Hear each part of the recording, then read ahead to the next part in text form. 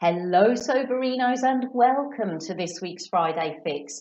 Today is a really short and sweet one, and it's for all of you newbies out there who are, when I say newbie, I don't necessarily mean new to Go Get Sober, new to the group, new to the program.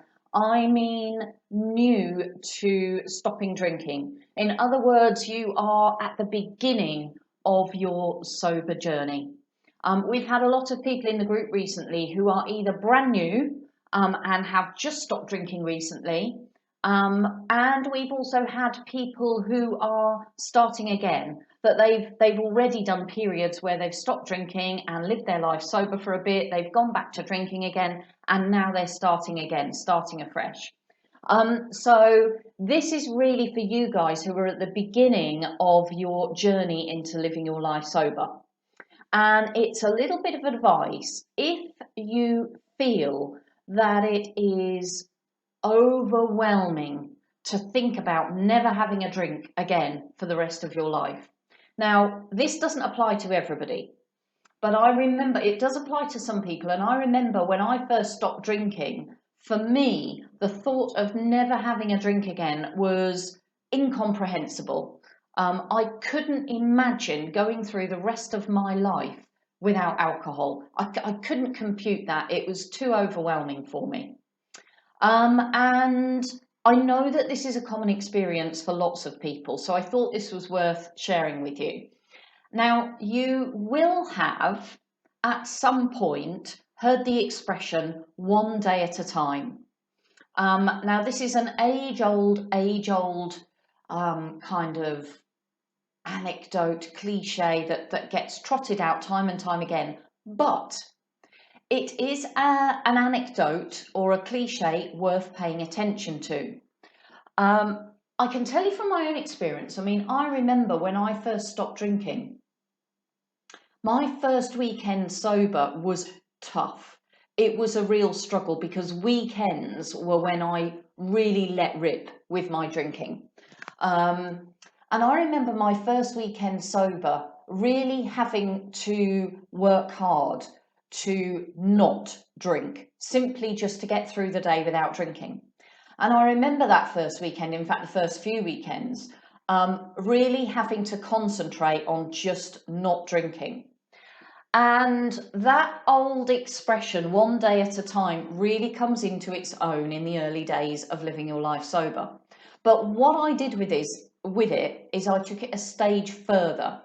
And rather than thinking about one day at a time and then having to live by that for the rest of my life as some kind of ongoing battle that I was always going to have, I decided that it made sense that stopping drinking was going to be work. Initially, it was going to take work, it was going to take effort, it was going to take commitment, it was going to take focus, it was going to take determination, concentration, just like learning any new skill.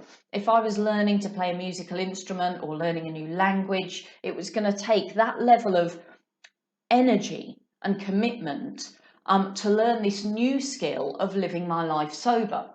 So I already knew that. And what I did was I decided that in the early days, I needed to just focus on the hour in front of me.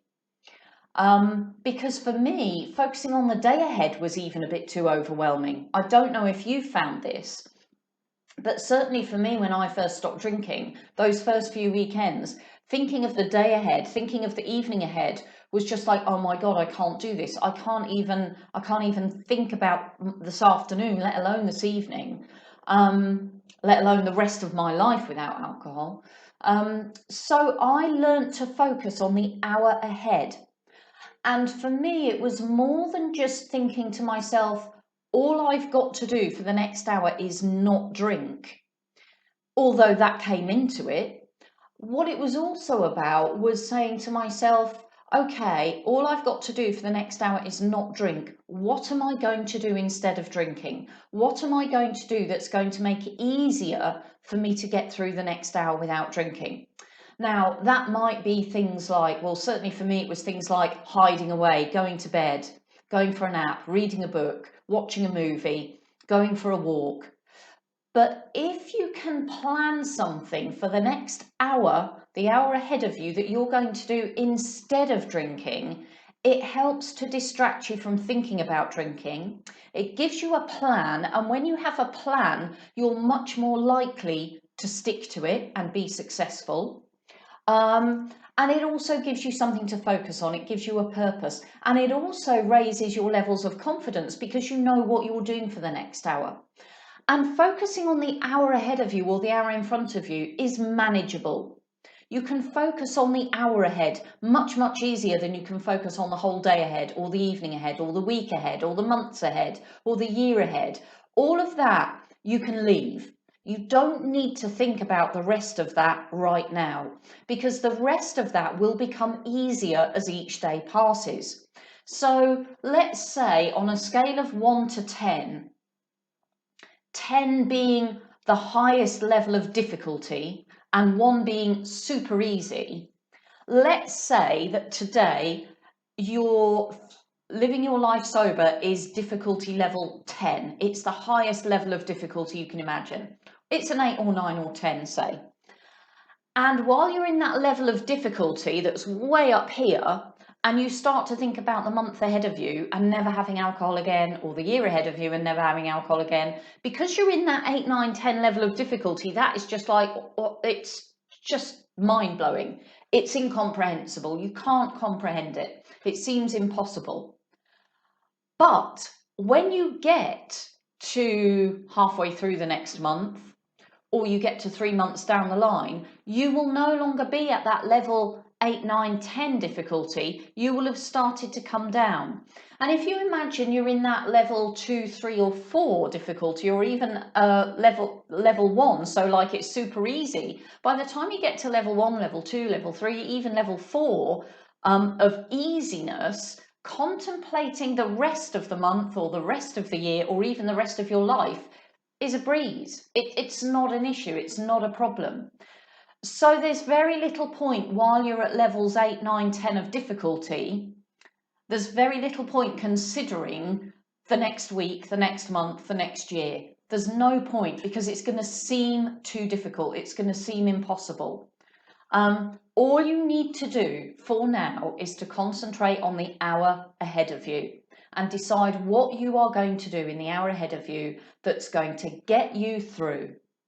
And what you can find is that whatever it is you decide to do for the hour, walk the dog, go to bed, read a book, whatever it might be, by the time you get to the end of it, you discover that actually it's not as bad as you thought it would be. You've got through it, and all you've got to do now is the next hour.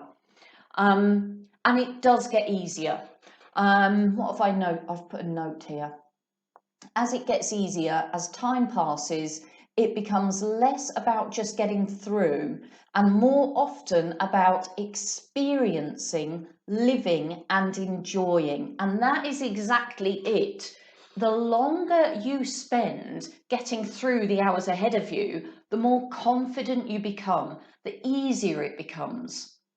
And the more confident you become and the easier it becomes, the more you start to actually experience life around you, experience the enjoyment, the liberation, the lack of shame, the lack of guilt, the lack of hangovers, better sleep, better energy, more fulfillment, less anxiety, less depression, better skin, better hair, being more in control of your decisions. And the more you experience all of that, the more confident you become with it all, the easier it becomes.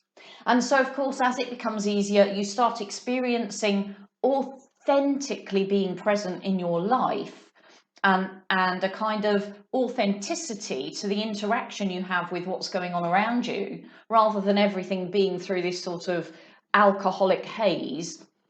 I sometimes use this metaphor of when I was drinking, it was a bit like I was watching an old black and white movie on a small screen with a very grainy picture, and everything was kind of blurred out.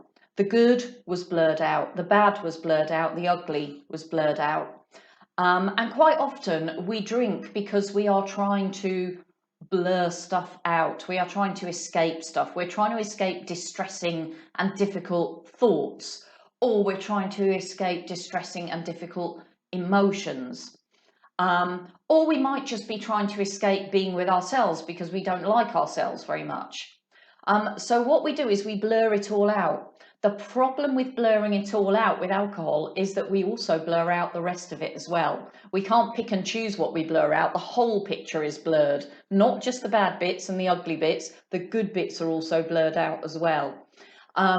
So for me, I use that metaphor that when I was drinking, it was a bit like watching an old, blurry, grainy, black and white movie of my life and what was going on around me. Whereas now I'm living my life sober, it's like I've got this massive screen, and it's full Technicolor and it's super sharp clarity, and I'm in the middle of it. I'm not even watching it on a screen. I'm in the middle of it and I'm experiencing it all within my own skin, watching through my own eyes, and being authentically me and authentically present for it all, and engaging and interacting with it all. And of course that means experiencing the bad and the ugly as well as the good in this high definition, but that is part of living. And even going through the bad and the ugly and the distressing bits is better sober than it is when you were drinking, because you're not getting the mental health side of it. You're not getting the guilt. You're not getting the shame. You're not knocking your self-esteem and self-respect on the head.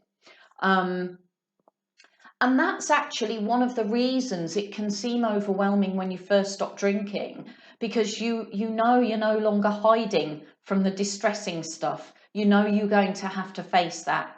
But by removing the alcohol, you give yourself the ability to work through some of those issues and to work through some of the things that possibly led to an unhealthy relationship with alcohol in the first place.